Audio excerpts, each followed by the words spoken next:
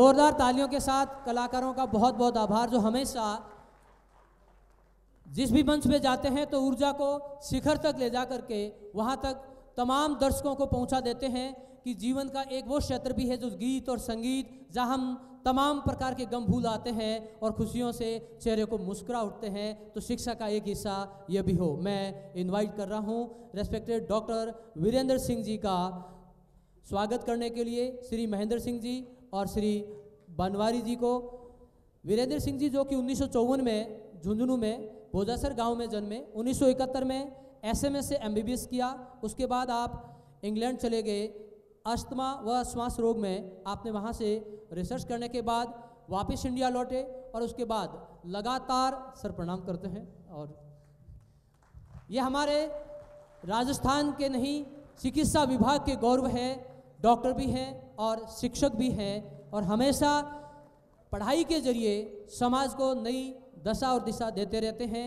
इनके रिसर्च, इनके बहुत सारे ऐसे पुरस्कार मिले हैं अलग अलग क्षेत्रों में अलग अलग काम करने के लिए। लेखक भी हैं। सर का शॉल वो मोमेंटो के साथ अभिवादन किया जा रहा है। RJ 45CR 447 RJ 37 5125 GJ B 38 14 या 19 3 कारें हैं जो ट्रैफिक जाम कर रही है। रिक्वेस्ट रहेगी कि उन्हें पार्किंग किया जाए। हम सुन रहे हैं डॉक्टर वीरेंद्र सिंह जी को। 2023 के प्रथम दिवस को दो प्रार्थना। पहली प्रार्थना ईश्वर को कि डॉक्टर पेमाराम जी और राम स्वरूप जी को इतना शक्तिशाली बनाओ कि हमारे समाज को जिस गति से समृद्ध बनाने के लिए, एजुकेटेड बनाने के लिए और एकजुट बनाने के लिए प्रयासरत हैं, इनको सफलता दे।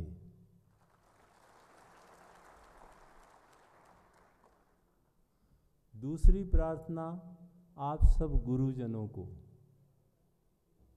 आप स्वस्थ रहें, खुश रहें, समृद्ध रहें, तन को स्वस्थ रखें, मन को खुश रखें और परिवार को संपन्न रखें।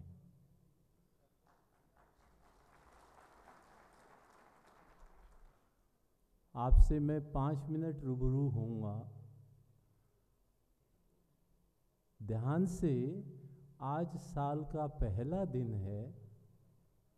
यदि हम कर सकेंगे तो इन तीनों फ्रंट के ऊपर आगे बढ़ सकेंगे।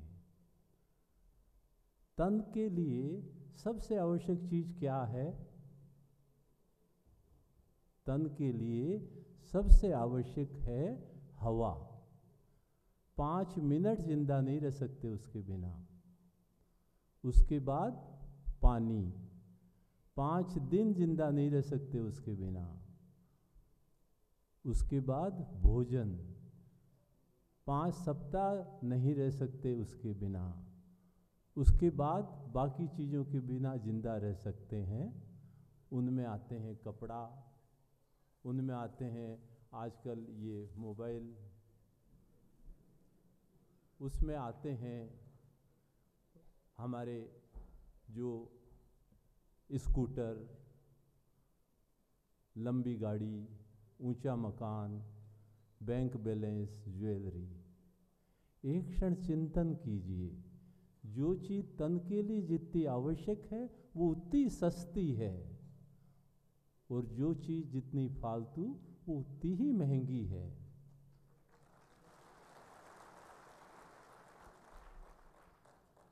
सोचो कभी ऐसा होता 1 रुपए की 1 लीटर मिलती हवा तो। ट्रेलर तो दिखा दिया कोरोना में ऑक्सीजन ने तो, पर विडंबना देखिए, हम उसी हवा में मिलावट करते हैं धूम्रपान के धुएं की, और वो धुआं हमारे शरीर के अंदर जाके उन छेदों को बंद कर देता है जिनके थ्रू ऑक्सीजन जाती है। और COPD नामक बीमारी, जिससे सबसे ज़्यादा राजस्थान के अंदर मृत्यु होती है, उसके करीब 1 दर्जन रोज़ पेशेंट रोजाना मैं देखता हूँ, उनसे मेरा साक्षात्कार होता है। तो क्या करें? करना ये, it's very easy not to start than to quit. बहुत आसान है शुरू नहीं करना, बहुत कठिन है छोड़ना। तो क्या आप गुरुजन, आप में से कितने लोग हैं जो धूम्रपान करते हैं? हाथ खड़े करेंगे?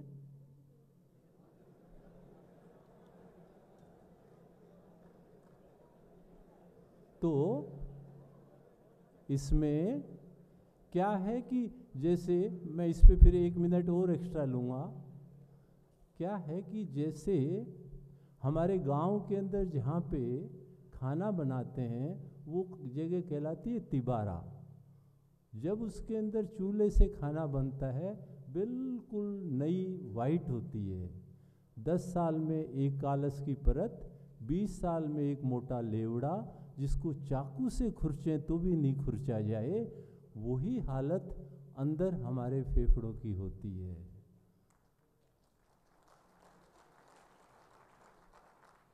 तो प्रार्थना करता हूँ आपसे कि आज 1 जनवरी को यदि हम इसको त्याग दें, प्रार्थना करता हूँ आपसे कि कम से कम अपने बच्चों को, अपने स्टूडेंट्स के अंदर ये आदत नहीं आए। इसका एक इंस्ट्रूमेंट मैंने आविष्कार किया है, जिसका नाम दिया है पिंक सिटी स्मोकर। और करीब 200 पीस आप जहाँ यहाँ बुक स्टॉल है, राजेश जी झाझड़िया आपको बता देंगे, वहाँ पे मुफ्त रखे हुए हैं। वीडियो तो सबको ही दे देंगे राजेश जी, कि किस तरह से फेफड़े खराब होते हैं, किस तरह से। और ये इंस्ट्रूमेंट जो लेना चाहे वो निःशुल्क वहाँ से ले ले और अपनी क्लास में उसका डिमॉन्स्ट्रेशन कर दे। मैं पक्का वादा करता हूँ, एक डिमॉन्स्ट्रेशन कर दिया तो उस क्लास के कोई बच्चे आगे धूम्रपान नहीं करेंगे।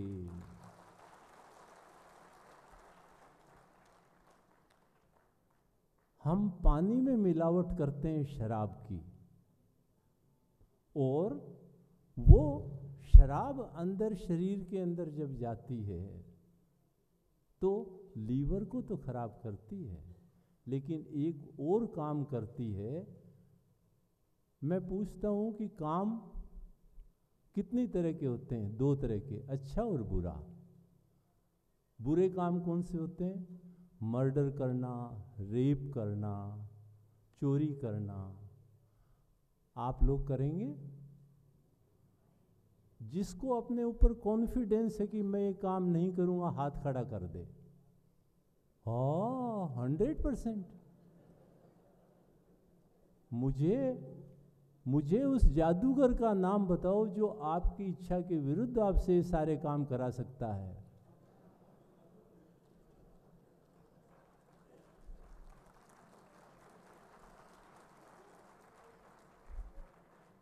वो है शराब। शराब जब आदमी पीता है तो उसके दिमाग का कंट्रोल वहाँ से खिसक जाता है। एक व्यक्ति चाकू इस तरह मारता है जैसे ब्रेड के ऊपर बटर लगा रहा हो। मित्रों, आप हो हमारे समाज के अग्रणी। मेरा करबद्ध निवेदन है, मैं हाथ नहीं खड़े करवाऊंगा। आज 1 तारीख है, छोड़ दीजिए। क्यों गुलाम बनते हैं?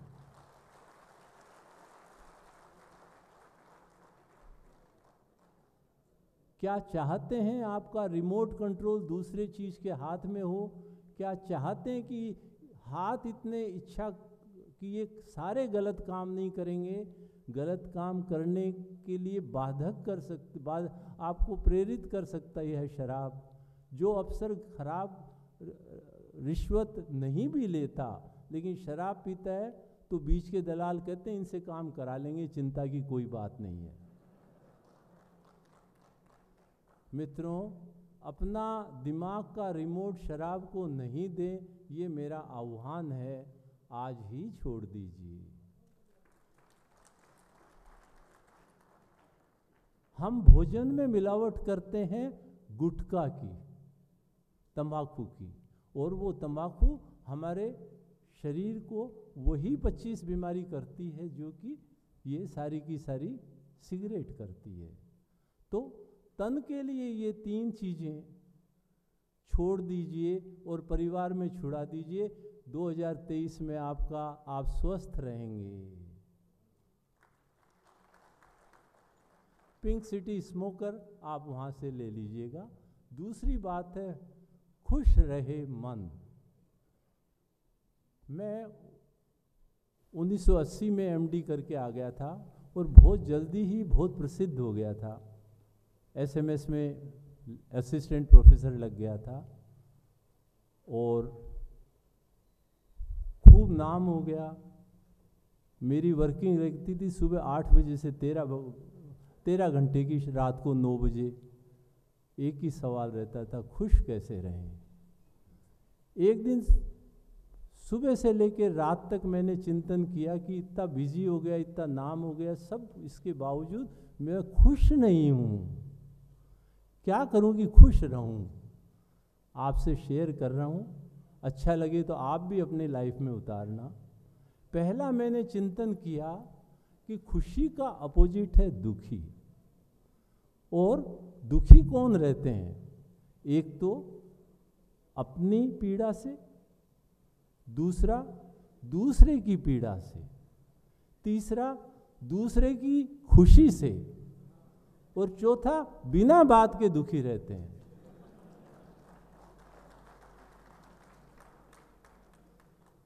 तो चिंतन कीजिए मित्रों कि कहीं ऐसा तो नहीं कि अपनी बात से दुखी रहे तो उसको निपटा दो, घाटा थोड़ा ज़्यादा नफ़ा थोड़ा कम निपटा दो। दूसरे की बात से दुखी रहें तो ज़्यादा दुखी रहो, क्योंकि वही आपको खुशी प्रदान करेगी। दूसरे की खुशी से दुखी रहते हैं तो मित्रों इस आदत को जल्दी से जल्दी त्याग दो। और बिना बात दुखी रहते हैं तो फिर अपने को बिल्कुल तुरंत उस चीज़ को सोचें कि ये मैं क्या गजब कर रहा हूँ।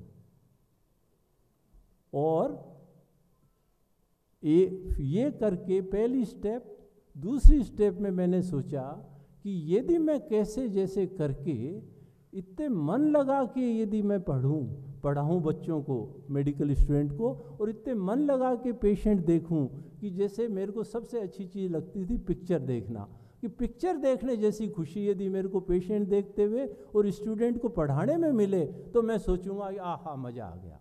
और वही मैं पिछले 30 साल 35 साल से अप्लाई कर रहा हूँ। मुझे 13-14 घंटे अब भी काम करता हूँ, मेरे को बिल्कुल थकावट नहीं होती, मज़ा आता है। मैंने एक ही चीज़ देखी कि मेरे लेक्चर देने के बाद मेरे स्टूडेंट्स के चेहरे यदि यूँ होते थे तो मैं अपने आप को 0 नंबर देता था, यूँ रहता था तो 2 नंबर, और यूँ रहता था तो मैं अपने आप को 10 नंबर देता था। तो मित्रों ये है, आप खुश रहो। तीसरी चीज़, संपन्न रहो। देखिए सैलरी इम्पोर्टेंट है, लेकिन उसके साथ के अंदर जो बचत का इन्वेस्टमेंट बहुत महत्वपूर्ण है। दूसरी बात एक और है, हमारे समाज की पहली पीढ़ी सरकारी नौकरी में ही आती है, लेकिन दूसरी पीढ़ी को क्या करना चाहिए। मैंने सोचा, मेरे पिताजी IAS थे, जब मैंने नौकरी शुरू की, जब वो पहुँचे तो अपने पीक पर पहुँचे, लेकिन जब मैं शुरू हुआ तो 0 से शुरू हुआ। तो इन बातों को और कई बातों को डिस्कस करने के लिए 2003 में हमने जाट ऑफिसर सोशल फोरम बनाया, और उसकी पहली मीटिंग थी जिसके अंदर मैंने कुछ स्लाइड दिखाई कि हमारे समाज में क्या क्रांतिकारी परिवर्तन होने चाहिए। उसमें एक स्लाइड ये थी कि सरकारी नौकरी में पहली सीढ़ी पीक पर जाते हैं, दूसरी पीढ़ी को जीरो से स्टार्ट करना पड़ता है, जबकि यदि आप बिजनेस में जाते हैं तो सेकंड पीढ़ी का 18 साल का बच्चा मैनेजिंग डायरेक्टर होता है। तो उसी समय तो अभी करीब 2-3 महीने पहले एक डॉक्टर साहब थे, उन्होंने वो मेरे से मिले, आए। हमारा अस्पताल है राजस्थान अस्पताल, उसके अंदर अपने भाई की एंजियोप्लास्टी उन्होंने कराई, फिर मेरे से मिले और साथ एक नौजवान लड़का था 20-22 साल का। बोला कि बॉस, मैंने आपने उस दिन कहा, उसी दिन VRS की एप्लीकेशन दे दी और आज मेरा घायल हॉस्पिटल रिंगस के अंदर 100 बेड का हॉस्पिटल है और ये बच्चा मैं साथ, ये मेरा बेटा है, ये मैनेजिंग डायरेक्टर है। तो मित्रों, ये 3 चीज़ें आज 1 जनवरी को आपके चिंतन के लिए और प्रार्थना की इनका अनुकरण करें। स्वस्थ रहें, खुश रहें और समृद्ध बने। बहुत बहुत धन्यवाद और आभार।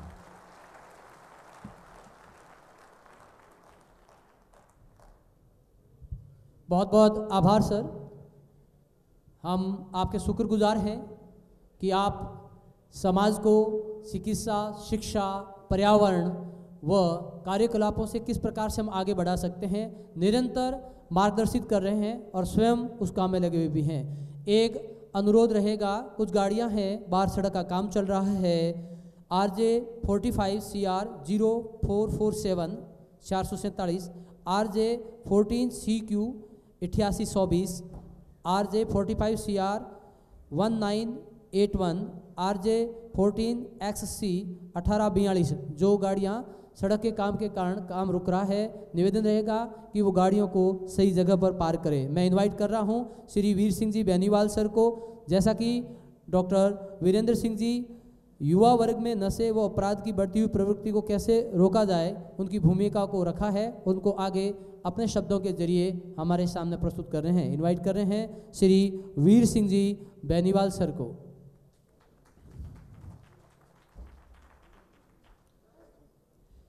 पूर्व उप निदेशक राजस्थान स्कूल शिक्षा विभाग के और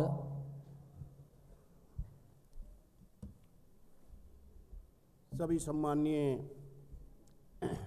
शिक्षक बंधु और हमारे समाज के बहुत ही गण्यमान डॉक्टर साहब, मील साहब, प्रोफेसर साहब और चौधरी रामस्वरूप जी, सबको राम राम।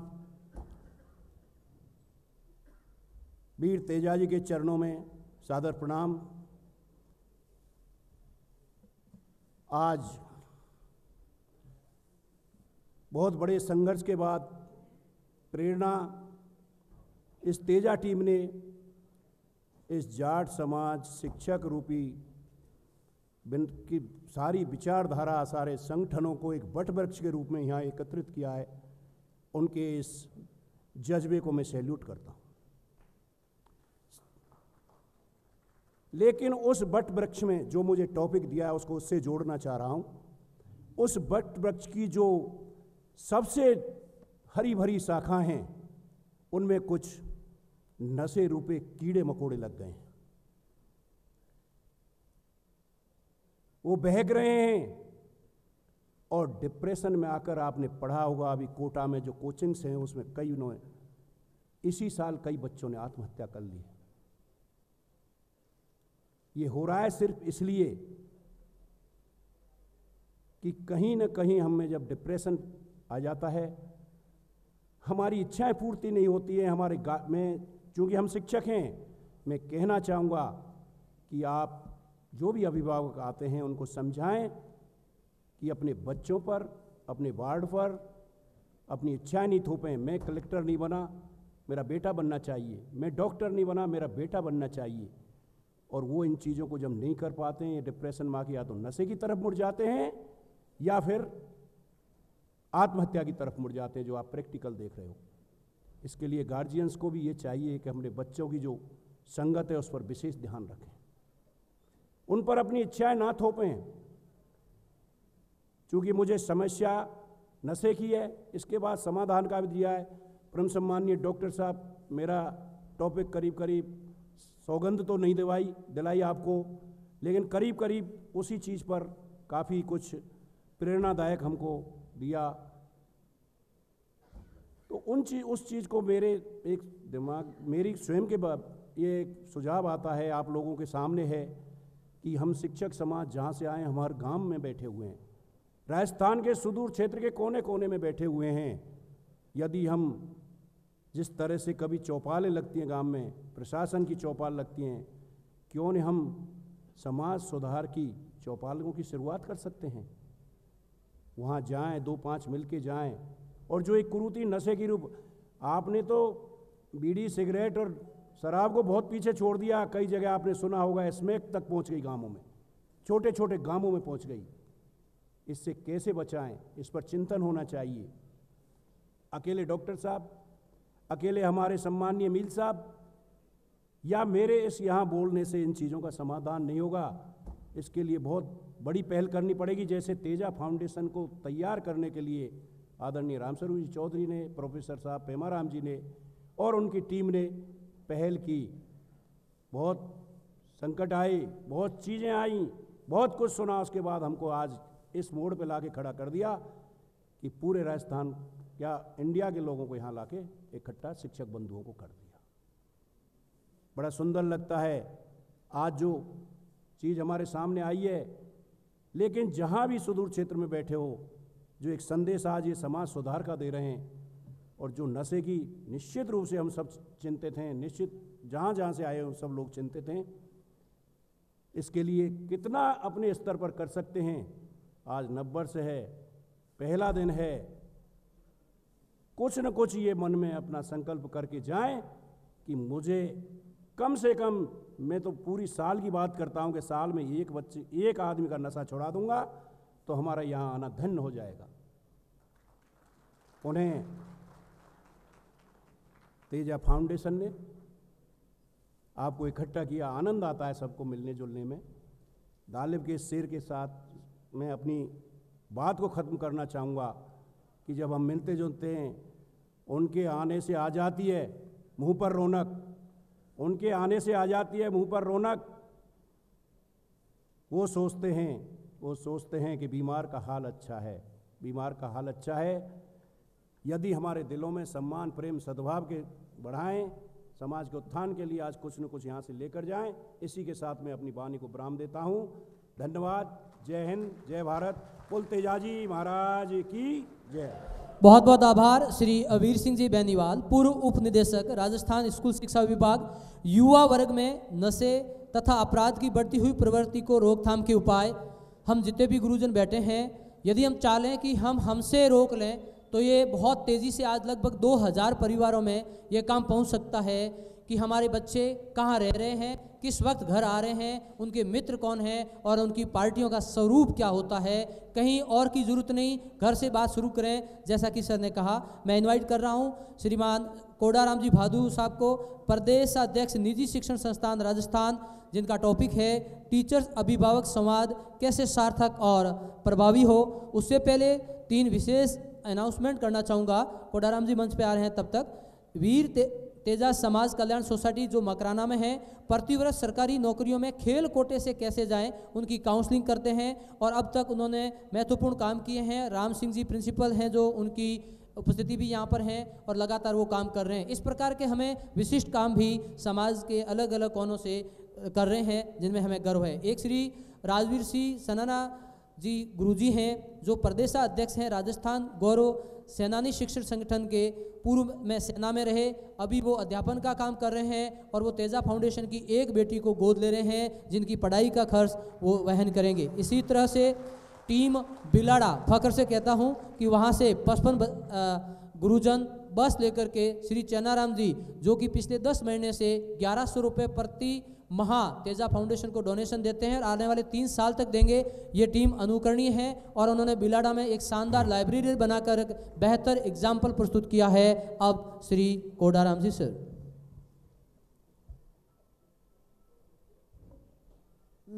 अखिल भारतीय जाट शिक्षक सम्मेलन के अवसर पर तेजा फाउंडेशन द्वारा आयोजित इस कार्यक्रम में उपस्थित सभी विद्वान जनों को मैं नव वर्ष की हार्दिक शुभकामनाएं प्रेषित करता हूं। आज का जो मुझे विषय दिया गया है, हालांकि बहुत ज़्यादा इस कार्यक्रम से संबंधित नहीं है, स्कूली शिक्षा से संबंधित है। मुझे विषय दिया गया है शिक्षक अभिभावक संवाद कैसे प्रभावी हो, सार्थक और प्रभावी हो। मैं जिस क्षेत्र से आता हूं, प्राइवेट स्कूल एसोसिएशन से, हम एक बार अभिभावक से मिलते हैं और 12वीं कक्षा तक बच्चा हमारे पास पढ़ता है। जिस दिन हमारा पहला उसके साथ संवाद होता है, वो उसी वक्त सार्थक हो जाता है और लगातार 12 वर्षों तक प्रभावी रहता है। मैं मेरी बात 2 मिनट में ही समाप्त कर दूंगा डॉक्टर साहब, ज़्यादा टाइम नहीं लूंगा। लेकिन जो विषय दिया गया है वर्तमान परिप्रेक्ष्य में और एक सामान्यतः स्कूली स्टूडेंट के लिए, उसमें अक्सर हम देखते हैं कि जब अभिभावक से हमारा संवाद होता है तो हम एक ऐसे वातावरण में या ऐसे मूड में बात करते हैं। कोई भी अभिभावक हमारे पास आता है और उस बच्चे ने, विद्यार्थी ने स्कूली समय के अलावा घर पे क्या क्या नकारात्मक एक्टिविटी की है, उसको शिक्षक के सामने बहुत ही शानदार तरीके से प्रस्तुत करता है। और शिक्षक उस अभिभावक के सामने स्कूल में उसने क्या क्या नेगेटिव एक्टिविटी की है, उसी को ही प्रस्तुत करता है। और ये दोनों ही उनके संवाद उस स्टूडेंट को डिमोरलाइज करने का काम करते हैं। अभिभावक हो या शिक्षक, उनके केंद्र में बच्चे का सर्वांगीण विकास होना चाहिए। अभिभावक की ड्यूटी है कि घर पे जो एक्टिविटी करता है उसको सकारात्मक सोच के साथ प्रस्तुत करे, और शिक्षक की ड्यूटी है कि उसने जो अचीवमेंट स्कूल में किया है उस अचीवमेंट को पॉजिटिव रूप में अभिभावक के सामने रखे और उसमें क्या कमी रह गई है उसके लिए सकारात्मक सुझाव मांगे। इससे ज़्यादा इस विषय पर मैं नहीं बोलना चाहूँगा। एक पेमाराम जी ने बात रखी थी, उस पर हालांकि मेरे विषय से अलग है, कि जो ऑनलाइन एजुकेशन का कंसेप्ट है, आपकी जानकारी के लिए बता दूं, ज़्यादातर लोगों को होगा कि 24 दिसंबर को डायरेक्टर एजुकेशन राजस्थान ने एक ऑर्डर जारी किया है मान्यता और क्रमोन्नति का। उसमें वर्चुअल मान्यता का भी नया कंसेप्ट लाए हैं और नया कंसेप्ट पूरा का पूरा ऑनलाइन एजुकेशन पे ही है। जिस तरह से हमारी स्कूलें अगर वर्चुअल मान्यता देते हैं तो एक स्कूल का ओनर या एक अध्यापक 2 लाख या 5 लाख स्टूडेंट को भी एक जगह से एडमिशन देगा। बोर्ड ऑफ सेकेंडरी एजुकेशन उसी तरह से एग्जाम करेगा जिस तरह से वर्तमान में स्कूलें चल रही है।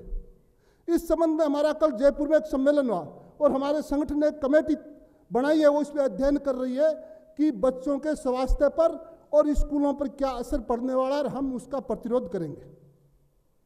दूसरा, सियाग साहब कह रहे थे मोहन जी कि आप एक एक बच्चे को ले लीजिए, उसकी फीस में सहयोग कर दीजिए।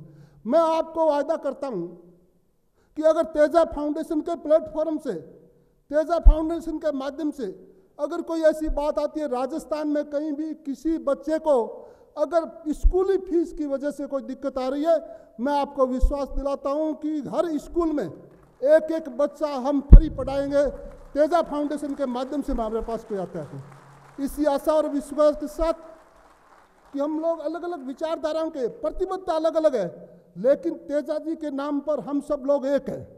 और हमें ये मंच प्रदान किया है तेजा फाउंडेशन ने, इसके लिए मैं तेजा फाउंडेशन का आभारी हूँ और मैं उम्मीद करता हूँ कि भविष्य में भी इस तरह के कार्यक्रम होते रहें। जय तेजा जी, जय। बहुत बहुत आभार श्रीमान कोडाराम जी भादु सर का। टॉपिक बहुत ज्वलंत है और सबकी ज़रूरत है कि 24 घंटे में हमारा बच्चा जब शाम को घर आए तो 5-10 मिनट उसके साथ बैठ के पूछें कि दिन भर आपकी दिनचर्या क्या रही। तीसरी 5वीं में कहानी पढ़ते थे, खाली जगह, कौवा, मटका, खाली जगह। यदि वो कहीं खाली जगह छोड़ रहा है तो उस खाली जगह को भरने की ज़रूर कोशिश करना। और एक और रिक्वेस्ट रहेगी कि आपके बच्चे जो कोचिंगों के लिए जयपुर, दिल्ली, कोटा या सीकर जा रहे हैं, अकस्मात उनको चेक करके देखिएगा कि वो रूम कैसे हैं, उनके दोस्त कौन हैं और वो पढ़ क्या रहे हैं। यदि हमने ये वक्त पर नहीं किया तो जिस तरह से खेत को आवारा पशु खा जाते हैं, बाढ़ के अंदर जब हॉल हो जाते हैं तो वहाँ से कौन घुस आते हैं, इस तरह से वो सब कुछ समाप्त कर देंगे।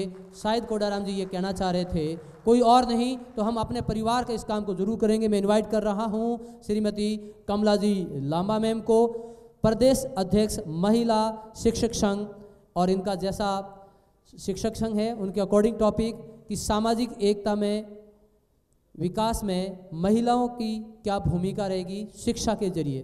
वैसे देखा जाए तो युग महिलाओं का ही आ रहा है, और यदि हम रहते वक्त महिलाओं के वर्चस्व को स्वीकार कर लेंगे तो परिवार भी बच जाएंगे, राष्ट्र भी गति कर लेगा और शायद पढ़ाई का मुकाम भी चेंज हो जाएगा।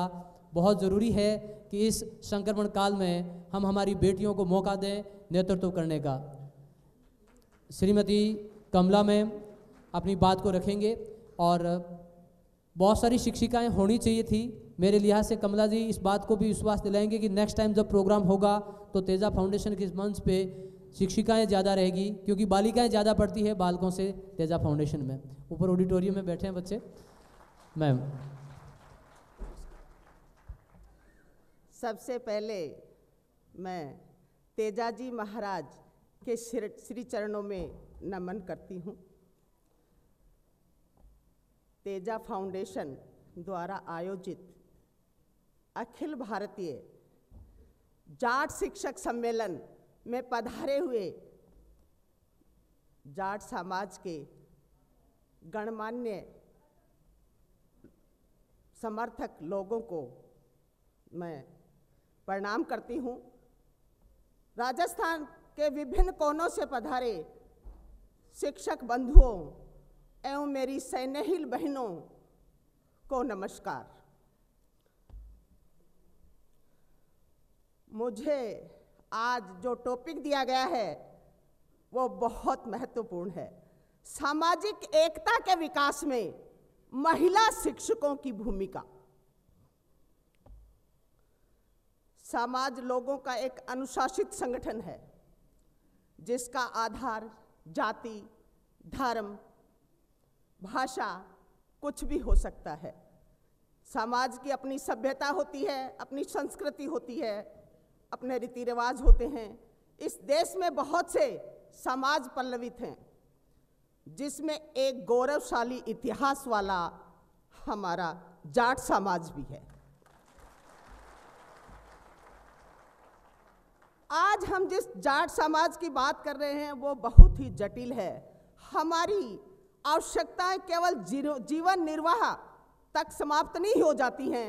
एक लंबी लिस्ट है जिसका कारण औद्योगिकरण है, तकनीकी है, व्यापार है। यदि हम किसी समाज में एकता के विकास की गति का अध्ययन करें तो पाएंगे कि प्रारंभिक अवस्था में एकता का आधार सुरक्षा भाव रहा होगा। एक दूसरे की सुरक्षा की आवश्यकता ने एकता का बीज बोया। जो जो सुरक्षा एजेंसियां मजबूत होती चली गई, हमारी एकता के तार थोड़े ढीले होने शुरू हो गए। लेकिन फिर भी हमारे रीति रिवाज, हमारे जीवन मूल्य, हमारे आपसी शादी विवाह के कारण समाज की एकता को बल मिलता रहा। नो डाउट एकजुट रहना मजबूत रिश्तों और मजबूत समाज की कुंजी है। वर्तमान दौर के सभ्य समाज जिसको हम कहते हैं, कोई डॉक्टर बन गया, कोई इंजीनियर बन गया, कोई टीचर है। समाज में शिक्षा के कारण व्यक्ति स्वतंत्र हुआ, स्वावलंबी हुआ और एकात्मवादी भी हुआ। उसको एकांत चाहने लगा और और एकता का आंकलन फिर ढीला पड़ गया। इस प्रवृत्ति का सबसे बड़ा फर्क हमारा जॉइंट फैमिली परिवार, जो जॉइंट फैमिली सिस्टम था उस पे पड़ा, और जॉइंट फैमिली सिस्टम टूटा। धीरे धीरे हम आगे बढ़े समाज की तरफ, और समाज भी बिखरने लगा, एकता भी कमजोर होने लगी। इसका एक जीता जागता उदाहरण है, कुछ दिनों पहले हम 50-50 विधायक जिताकर विधानसभा में भेजते थे, आज वो संख्या 38 से और 40 के बीच में कहीं रह गई है। यदि बिखराव का आलम यही रहा तो ये शुभ संकेत नहीं है। आज के दौर में समाज में एकता को मजबूत करने के लिए हमारे पास एक मजबूत हथियार शिक्षा ही है। शिक्षा के माध्यम से ही बालकों को इस समाज के गौरवशाली इतिहास और वैभवशाली परंपराओं, कभी न थकने वाला संघर्ष, त्याग आदि के बारे में बच्चों को रूबरू कराना हमारा ध्येय है। मेरे विचार से किसी भी समाज के विकास में, किसी भी समाज के विकास की एकता में महिला की भूमिका महत्वपूर्ण होती है। हमारी भारतीय नारियां, आप उनको जो कुछ देते हैं डबल करके लौटाती हैं। वो चाहे मान दे लो, सम्मान दे लो, चाहे अपमान करके देख लीजिए, वो भी डबल होके लौटता है। आज नारी पुरुष की गुलाम नहीं है, वो कंधे से कंधा मिलाकर चल रही है, और विशेष तौर से हमारे समाज में इस क्षेत्र में महत्वपूर्ण योगदान महिलाओं को आगे बढ़ने में दिया है। हम उसको कंकर पत्थर का घर देते हैं, मकान देते हैं, और वो आपको घर बना के देती है। हम उसको आटा देते हैं, वो रोटी बना के देती है। और तो और उससे सृष्टि है, सृष्टि की श्रेष्ठ कृति है वो। और इसी श्रृंखला में मैं कहना चाहूंगी, साक्षात मानव का सर्जन करती है वो, और उसी के गोद में खेलकर हर मानव बड़ा होता है। जॉर्ज हर्बर्ट ने तो यहां तक कहा है कि मुझे एक अच्छी मां दो। एक अच्छी मां 100 शिक्षकों के बराबर होती है। प्रकृति ने नारी को कई आभूषणों से नवाजा है। ममतामयी है, दया है, करुणा है, धैर्य है। नारी गुणों के खजाने से ओतप्रोत है। नारी के हृदय में सूर्य जैसा ताप है, धरती जैसा धैर्य है, समुद्र जैसी गंभीरता है, उसमें चंद्रमा जैसी शीतलता है। इन्हीं गुणों से लिबरेज एक शिक्षक, जब एक समाज के लिए बच्चा तैयार करती है एक शिक्षिका, तो इसे संस्कारित करती है। उस बाल मन को वो अपने भाव से, बाल मन के साथ अपने भाव से जुड़ती है। आपने देखा होगा अक्सर 5 साल तक के बच्चे को पढ़ाने के लिए हम महिला को प्रेफर करते हैं। उसके पीछे कारण है वो ममतामयी माँ उस 5 साल के बच्चे के भाव को पढ़ती है, और उसको अपनी, जिसके पास जो कुछ होता है वही वो बच्चे को देता है। तो वो अपने अंदर जो गुणों की खान है वो बच्चे में उतारने की कोशिश करती है। जैसे एक माँ और नवोद बच्चा गर्भ में, जैसे प्लेसेंटा और मदर के बीच का जो संबंध हो जाता है, वही वो समाज का जो बच्चा एक शिक्षिका के मध्य वो संबंध स्थापित करती है। किसी भी समाज की मौलिक प्रगति एक शिक्षित युवा से निर्भर है। वास्तव में शिक्षिका होती है वो एक बहुत अच्छी शिल्पकार होती है। जैसे एक शिल्पकार पत्थर को तराशता है, वैसे ही एक शिक्षिका है, वो बच्चे में क्षमा, दया, करुणा, प्रेम जैसे संस्कार डालने की कोशिश करती है। और इन गुणों से परिपूर्ण बच्चा मन, वचन और कर्म से समाज को एक सकारात्मक सोच देता है, एक एकता के सूत्र में बांधने की कोशिश करता है। इसीलिए महिला शिक्षक की भूमिका निश्चित रूप से सामाजिक विकास में महत्वपूर्ण भूमिका रही है। मैं इस मंच के माध्यम से प्रदेश के सभी सम्मानित शिक्षक बंधुओं, मेरी बहनों, समर्थ लोगों और हमारे जनप्रतिनिधियों से आह्वान करना चाहूँगी कि तेजा फाउंडेशन की तरह ही हमारे डिस्ट्रिक्ट हेडक्वार्टर्स पे भी ऐसी संस्थाएं बने जो नो प्रॉफिट और नो लॉस पे चलती हों, जिनका एक ही ध्येय समाज को उच्च पायदान पे ले जाते रहें। मैं आदरणीय श्री राम स्वरूप जी, महेंद्र सिंह जी, पेमाराम जी, इन सभी लोगों की तहे दिल से आभारी हूँ। मैंने इस तेजा फाउंडेशन की टीम को कोटि कोटि धन्यवाद देती हूँ मैं कि आप लोगों ने इस सामाजिक एकता को नेक्स्ट पायदान पे ले जाने के लिए जो पहल की है, उसके मैं बहुत बहुत आभारी हूँ। बहुत बहुत धन्यवाद आपको। समय अभाव के कारण मैं 2 लाइनों के साथ अपना वाणी को विराम देना चाहूँगी। जिन्होंने जब जब नकारा समाज को वो गर्दिशों में चले गए, ढूंढते रह गए इतिहास अपना, कारवां उन्हीं का चलता रहा, उठाया जिन्होंने झंडा समाज का, कारवां उन्हीं का चलता रहा जिन्होंने उठाया झंडा समाज का। जय हिंद। बहुत बहुत आभार रेस्पेक्टेड कमला मैम। ये कारवां अब आपके हवाले हैं और उम्मीद करता हूँ कि ये कारवां और आगे जाएगा। एक डॉक्यूमेंट्री है जो तेजा फाउंडेशन की अब तक यहाँ पर प्रदर्शित की जाएगी। हम इसका पूरा लाभ उठाते हुए इस कंसेप्ट को भी समझने में मदद होगी। कुछ अनाउंसमेंट है। जिला हनुमानगढ़ से जाट कन्या छात्रावास, वहाँ की टीम श्री रणवीर जी जाखड़ के नेतृत्व में कर्मचारियों का एक ग्रुप बना और अब तक 2.5 करोड़ के आसपास खर्च करके वो एक समाज सेवा का बेहतरीन उदाहरण प्रस्तुत कर रहे हैं। इसी प्रकार जाट क्लब जो वीर तेजाजी जाट कन्या छात्रावास सूरतगढ़ गंगानगर में 200 लड़कियों के रहने का एक हॉस्टल बनाया है और जहाँ ज़रूरतमंद BPL परिवार की बच्चियों की वो निःशुल्क रख करके उनकी पढ़ाई में मदद कर रहे हैं। अनुकरणीय पहल के लिए तमाम गुरुजन और वहाँ के टीम के सदस्य आभारी है। इसी प्रकार से हमारे रेलवे का एक ग्रुप है जो 24 घंटे तन मन धन से तेजा फाउंडेशन को लगातार सहयोग करता रहा है। श्री राम जी मटोरिया सर भी यहाँ पर उपस्थित है, सतीश जी जानी सर, और आओ साथ चलें परिवार का नाम रखा है, बहुत शानदार नाम रखा है और हम सभी का आभार व्यक्त करते हैं। अब देखते हैं एक गाड़ी और डॉक्यूमेंट्री स्टार्ट हो रही है। एक गाड़ी है जो और 3967 प्रदेश अध्यक्ष शायद लिखा हुआ है ऊपर, RJ52CD 3967। प्लीज़ उन्हें नो पार्किंग जोन से हटाकर पार्किंग में रखा जाए।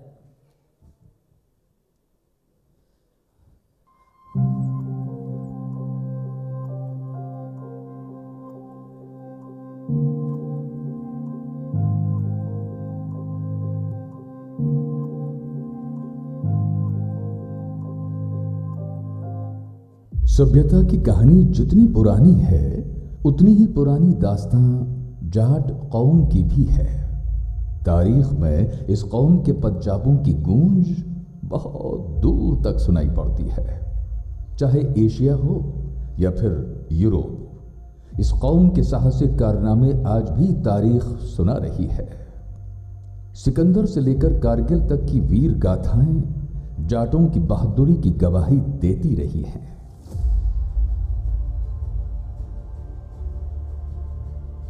इन हजारों बरसों के सफर में इस कौम ने अनेक उतार चढ़ाव भी देखे हैं। बहुत कुछ पाया है तो खोया भी बहुत है। अतीत में जाटों के कई शासक रहे हैं, पर लगभग 500 बरस पहले जाटों का अवसान काल शुरू हुआ। जाटों के इसी दौर के लिए प्रसिद्ध इतिहासकार कर्नल टॉड को मजबूर होकर कहना पड़ा कि मुझे यकीन ही नहीं होता कि आज के ये जाट उन्हीं महान पुरखों के वंशज हैं जिन्होंने एक वक्त यूरोप और एशिया को अपने घोड़ों की टापों से दग्ध कर दिया था। लेकिन वक्त हमेशा एक जैसा नहीं रहता, करवट बदलता है। 20वीं सदी की शुरुआत का दौर भी कुछ ऐसा ही था। दुनिया एक नई करवट ले रही थी।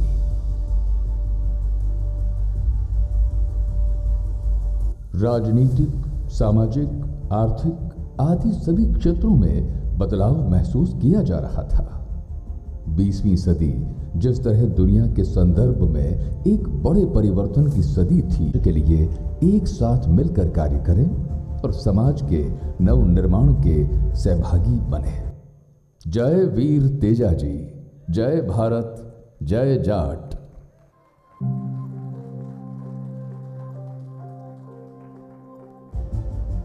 तेजा फाउंडेशन का सफर अब तक का उद्घोषक आकाशवाणी जफर खान संधी की आवाज़ में हम सुन रहे थे। मैं जफर सर का जिक्र जरूर करूंगा या समाज के लिए कि कैंसर से लड़ता हुआ वह इंसान जब उनके पास पहुंचते हैं कि तेजा फाउंडेशन की इस डॉक्यूमेंट्री को रिकॉर्ड करना है, तो उनके शब्द होते हैं कि एक बार तो मैंने मना किया, लेकिन पता नहीं ये कैसी एनर्जी मेरे शरीर में प्रवेश करती है। वो कहती है कि जिंदा रहे न रहे, लेकिन इस काम को करना जरूरी है। मालिक का शुक्र करते हैं, तेजा जी की दया से आज वो वापस जोधपुर आकाशवाणी में अपनी आवाज़ को दे रहे हैं।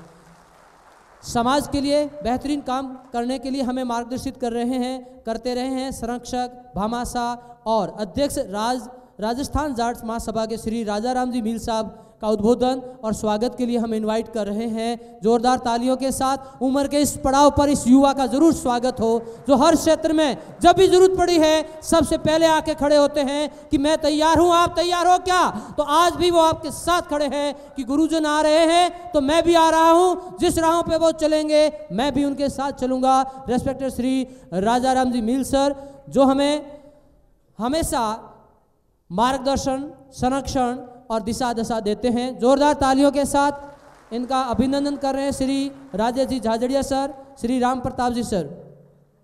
इस बीच एक विशेष घोषणा है आज के इस प्रोग्राम में। श्री जितेंद्र जी कालेर अंपायर हैं जो कि सीकर से, Shri Rakesh ji Chaudhary Rex empire builders Sikar से हैं। श्री राकेश जी चौधरी उनके साथ हैं। उन्होंने 1,51,000 रुपये तेजा फाउंडेशन को दिया है।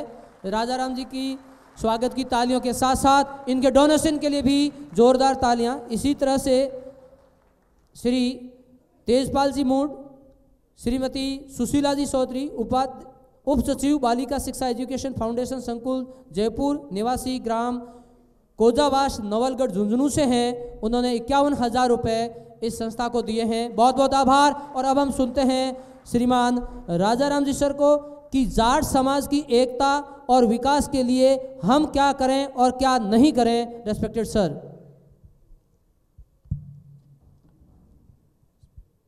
जाट शिक्षक एकता तेजा फाउंडेशन की तरफ से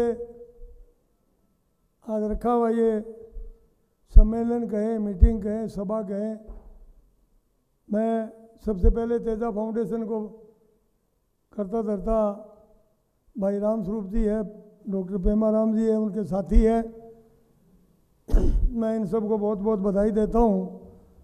और आज सामने विराजमान हमारे, मैं कहूँ कि मेरे समाज के, मेरे पास 22 साल से मैं जाट महासभा का अध्यक्ष हूँ, तो मैं कहूँ कि मेरे समाज के गुरुजन, हमारे भाई मित्र बहनें, मैं सबको बहुत बहुत बधाई देता हूँ। और ये इस तरीके की सोच, विचार और भावनाएं जो राम स्वरूप जी ने रखी और ये सब गुरुजनों को एक जगह लेके आए, इससे समाज को बहुत कुछ मिलेगा, समाज बहुत आगे बढ़ेगा, बढ़ने का एक बहुत अच्छा रास्ता है। जब ये राम स्वरूप जी ने तेजा फाउंडेशन का ये कोचिंग चालू किया, बड़ी ज़रूरत थी जयपुर के अंदर इस बात की। सोच नहीं सकते थे कि ये कामयाबी मिल सकती है क्या। बिल्कुल ऐसा लगता था कि कामयाब कैसे होगा ये। जैसे हमारा आरक्षण का आंदोलन था, वही बात मैंने कहा कि मैं पिलानिया जी हम घूमते फिरते तो मेरे को ऐसा लगता कि कभी हो सकता है क्या हमारे समाज को। आदमी चाहे तो क्या नहीं हो सकता, वो काम भी हुआ और ये काम भी हुआ।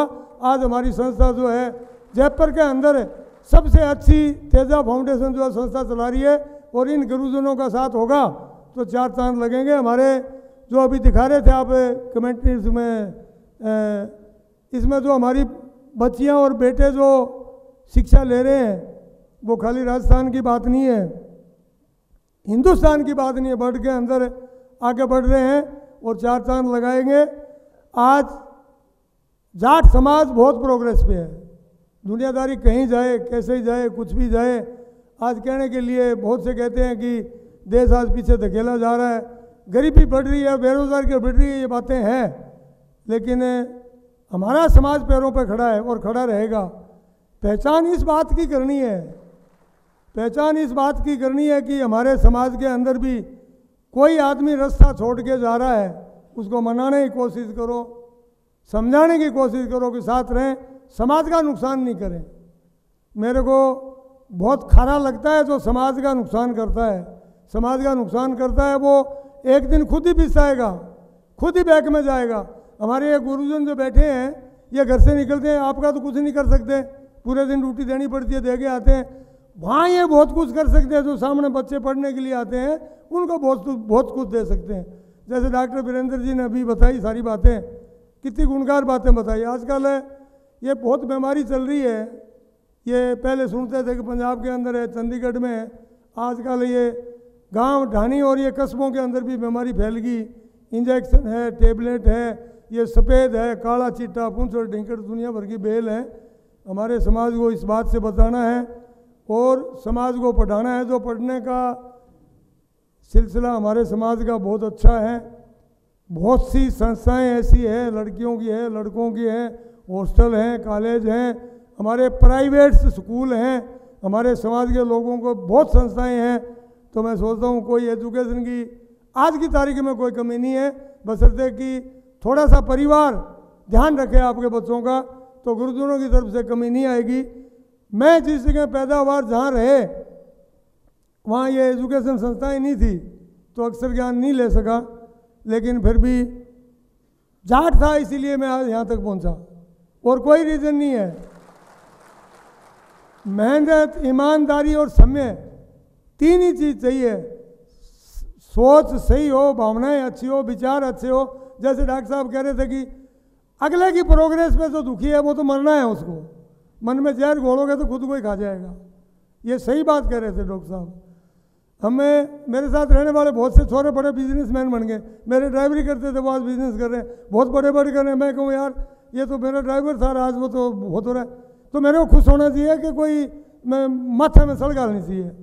ये बहुत सोचने की बात है, समझने की बात है। हर आदमी समझे आज कोई चीज़ की कमी नहीं है। आदमी जो दाल रोटी खाता है, 300, 400, 500 रुपये मजदूरी है, दाल रोटी में तो 100-150 रुपये चाहिए।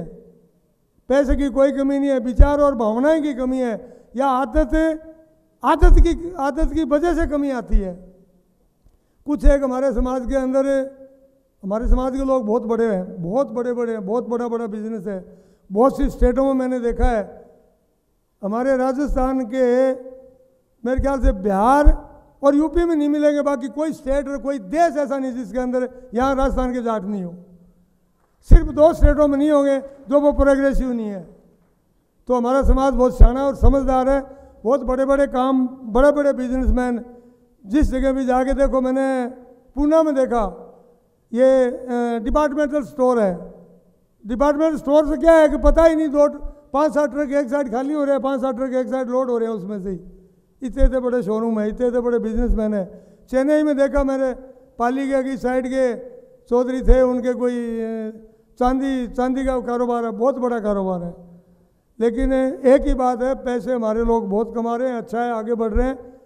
थोड़ा सा दिखावा कम करें, शादी ब्याह, छूछक मुकलावा, इनके अंदर थोड़ा दिखावा कम करें। क्यों हमारे मध्यम वर्ग के जो लोग हैं वो उनकी देखा देखी अगर उस बात पे आते हैं तो उनके मुश्किल खड़ी हो जाती है। वो करें, उसको पैसे ब्याज लेके करना पड़ता है, फिर वो प्रोग्रेस में नहीं आता, बड़ी मुश्किल खड़ी हो जाती है। कोई मित्र सही आदमी है और वो आगे बढ़ना चाह रहा है और उसमें ताकत नहीं है, उसको सहारा भी दिया जा सकता है। जैसे बहुत सी बातें हैं ज़िंदगी में, बहुत सी चीज़ें आई है। मैं आज 77 साल पूरे किए हैं, बहुत बात है, ये कोई ध्यान नहीं रहता है। अभी बात रही थी कि एक आदमी को पढ़ाएं, एक बच्चे को पढ़ाएं, कुछ भी कर सकते हो आप, कैसे भी कर सकते हो। हर जगह आदमी सक्षम है, बशर्ते उसका मन अच्छा हो, विचार अच्छे हो। हम, मेरा ऑफिस था पहले डी बिरला में, जहाँ एक लड़का यूपी से आया हुआ था, वो जाट कहा कि मैं जाट हूँ यूपी का। उसकी चाय की थड़ी थी, हमने होटल बनाना चालू किया, वो इधर आगे कर दिया था, पुणे दिन चालू किया, उन्होंने निकाल दिया। मैंने उसी को हमारे होटल के आगे जगह दी, रखा। उसके बाद दोनों होटल तैयार हो गए तो सामने जो पुलिया आ गई उसके नीचे उसको चाय की दुकान कराई, पुलिस वाले इधर उधर रोकते, उनको रहने दिया। अब उसको बहुत रहती डेयरी। उसके 3 लड़कियां हैं जो इंजीनियरिंग करके शादियां कर दी, एक लड़का इंजीनियरिंग कर ली उसने।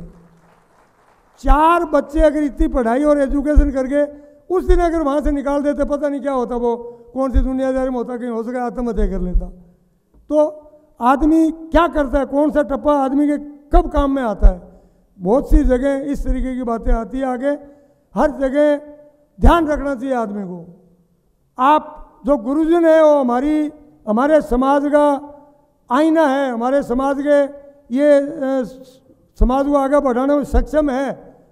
हमारी बहनें हैं, भाई हैं, मित्र हैं।